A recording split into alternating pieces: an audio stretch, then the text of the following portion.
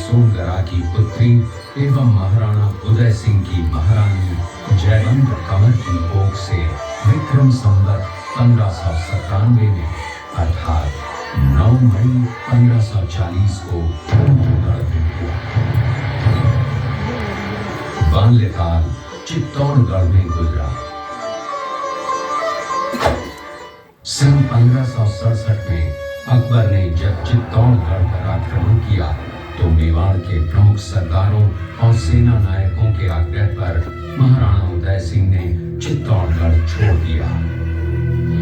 अपने देश, कुल, गौरव और मातृभूमि की मर्यादा के लिए प्राण न्योछावर करने वाले योद्धाओं और लन्नाओं से प्रताप ने न केवल सीख ली बल्कि ये घटना उनके जीवन का आधार बन गई। फरवरी 1572 को महाराणा उदय सिंह का देहांत हुआ। प्रताप की ज्येष्ठता और योग्यता को ध्यान में रखते हुए सरदारों ने उनको राजगद्दी पर आसीन किया। होली के दिन उनका गोगुंदा में राज तिलक हुआ। उस समय तक लगभग सभी राजाओं ने अकबर की अपील का स्वीकार कर ली थी।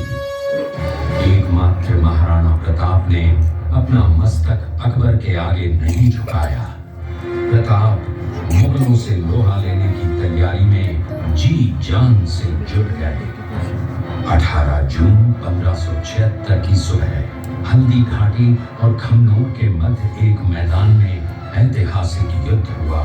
महाराणा प्रताप की सेना गोगुंदा से हल्दी घाटी पहुंची, जबकि सेनापति मानसिंह के नेतृत्व में मुगल सेना ने हल्दी घाटी के ठीक नीचे मैदान में अपना मोर्चा जमाया। मुगल सेना के हरावल दस्ते द्वारा घाटी में घुसपैठ करने के प्रयास की प्रतिक्रिया स्वरूप महाराणा प्रताप की सेना मुगलों पर टूट पड़ी। प्रताप के हरावल सैन्य दलों का नेतृत्व पठान हाकिम हासूर कर रहे थे। भीरू राणा, जो राणा पूंजा के नाम से भी जाने जाते हैं, उनके नेतृत्व में भील आदिवासियों ने गोरिल्ला पद्धति से युद्ध करते हुए मुगलों के छक्के उड़ा दिए। देखते ही देखते शाही सेना में खलबली मच गई। रक्त तलाई घोड़ों के टापों, हाथियों की चमकारों और तलवारों की झनकारों से गूंज उठी। चारों तरफ हाहाकार मच गया। युद्ध का घटनाक्रम अचानक उस समय बदल गया जब प्रताप ने अपने घोड़े चेतक को एड़ लगाकर मानसिंह के हाथी पर चढ़ा दिया और उस पर भाले से भरपूर वार किया। मानसिंह हौदे में दुबक गया। हाथी से उतरते समय चेतक की एक टांग कट गई। इस स्थिति को भांपकर महाराणा प्रताप के हमशक्ल सेनापति झालामान ने महाराणा प्रताप से आज्ञा लेकर उनका राजमुकुट धारण किया।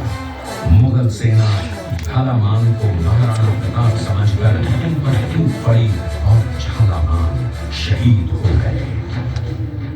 उधर चेतक ने अपने स्वामी को 5 किलोमीटर तक 3 टांगों पर ही लेकर एक बरसाती नाले को पार किया। उसके पश्चात उसके प्राण पखेरु उड़ गए। इस युद्ध से महाराणा प्रताप के मन पर गहरा प्रभाव पड़ा। परिणाम स्वरूप उन्होंने मुगलों पर विजय प्राप्त करने तक राजसी ठाट बाट छोड़ने और पत्तों पर भोजन करने का प्रण लिया, जिसे उन्होंने जीवन भर निभाया। महाराणा प्रताप ने अपना सैन्य बल बढ़ाकर सर्वप्रथम अरावली पर्वत की घाटियों में बसे दिलेर पर चढ़ाई कर विजय प्राप्त की। इसके बाद कुंभलगढ़ पर भी विजय प्राप्त की। सिर्फ चित्तौड़गढ़ को छोड़कर सारे मेवाड़ को अपने अधीन कर लिया। कालांतर में महाराणा ने चावंड में अपनी राजधानी स्थापित की।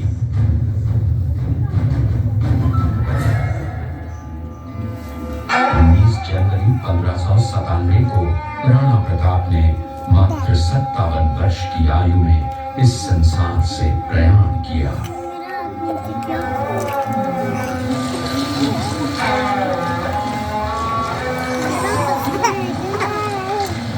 हल्दी घाटी का युद्ध एक सांप्रदायिक युद्ध न होकर आत्मसम्मान, मातृभूमि की स्वतंत्रता व स्वाधीनता का संघर्ष था।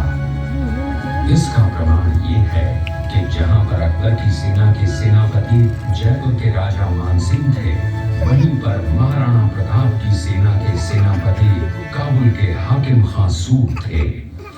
महाराणा प्रताप स्वतंत्रता की वेदी पर एक ऐसा अंगारा था जो आत्मसम्मान व देश गौरव के लिए दिन रात जलता रहा, धधकता रहा और अंत में बुझकर भी उसने देश में ऐसा लौह भर दिया जिसकी प्रखर किरणों ने भारत माता को गुलामी की जंजीरों से मुक्त कराने के लिए सदा प्रेरित किया।